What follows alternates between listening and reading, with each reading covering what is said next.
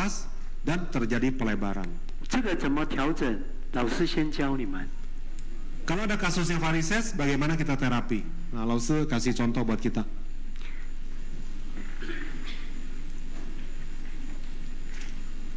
你一只手放在患部， Satu tangan di posisinya keluhan kita di tempatnya varises. Yang mana? 一只 Kaki 手 kiri, 做第七穴道， kaki kiri atau kaki kanan. Tangan kedua di cakra 7. 然后再去做心脏， Setelah itu kita pindah cakra 7 ke posisi jantung. 因为血管是属于第四穴道， Karena urusan pembuluh darah itu urusan di jantung.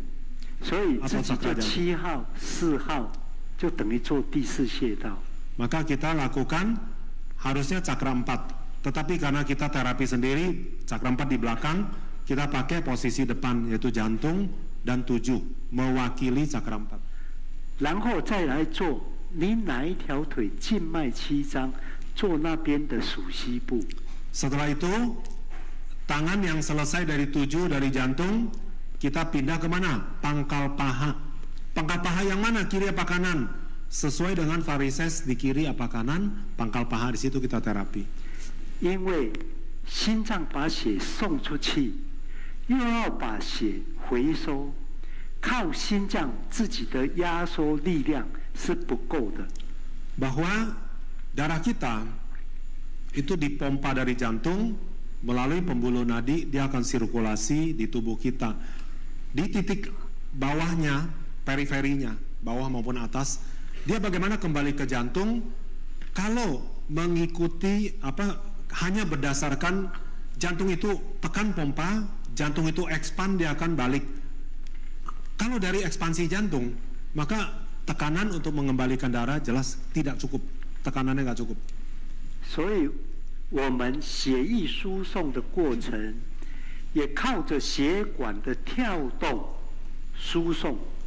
Maka untuk mengembalikan darah ke dalam jantung dengan pelebaran jantung, expand dan kontrak begitu. Pada waktu dia expand, tekanan darah nggak cukup untuk kembali, jadi perlu pulsa daripada pembuluh balik, pulsa dari vena kita. Itu juga ada irama denyutnya. Denyut itu akan dorong.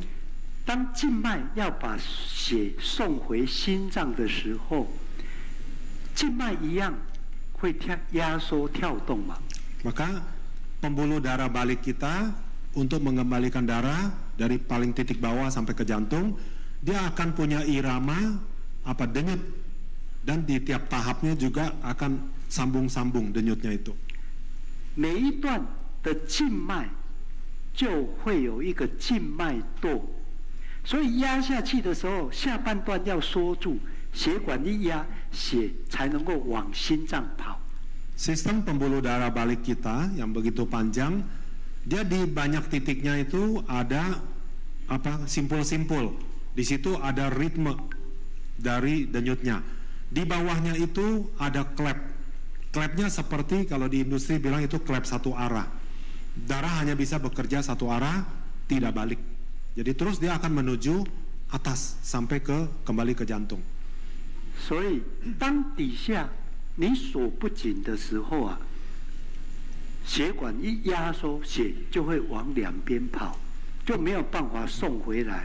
Apabila di tempat denyutnya dari pembuluh darah balik itu, yang di bawah ada satu valve ataupun klep, klepnya nggak cukup kencang, tidak cukup rapat, maka pada waktu denyut itu tekan, harusnya dia satu arah ke atas.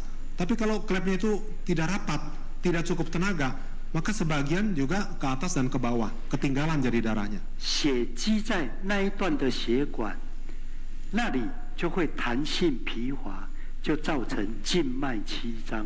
Nah, apabila klepnya itu kurang tenaga, kurang rapat, maka darah itu waktu ditekan dari irama, dari pembuluh balik kita, vena, harusnya dia naik satu arah, tapi ada sebagian juga ikut turun, maka ditampung, karena dia nggak rapat kuncinya.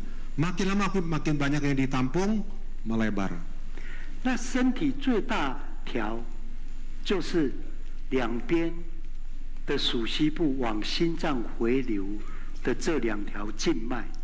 pembuluh darah balik di tubuh kita, titik yang paling besar, yang paling kuat tekanannya atau boosternya itu ada di kedua sisi pangkal paha, kiri dan kanan. 如果哪一边松了，也会造成那一条腿整体回流就不好。 Dan apabila di salah satu atau di kedua daripada pembuluh balik kita, yaitu yang tekanannya paling besar di pangkal paha, ada yang kurang tekanannya, agak kendor, maka di situ cenderung bisa terjadi varises. 所以你就可以坐着，就是一手患部嘛，7号心脏跟那一边属膝部的地方。 Ini prosedur urutannya. Sudah ingat? Varises timbul di betis yang mana? Kiri apa kanan? Satu tangan di situ, tangan kedua di sakral 7. Setelah 7 kita pindah ke posisi jantung. Setelah jantung lanjutkan ke susipu, itu adalah di pangkal paha. Sisi yang sama dengan varises. Kalau varises kanan berarti pangkal paha kanan. Sebaliknya kalau kiri berarti kiri. Seperti itu. 有一次，老师从万隆上完课，再回到Surabaya去上课。 Ada satu kali kelas seperti ini di Bandung 6 hari. Setelah selesai, langsung ke Surabaya buka kelas yang sejenis, kelas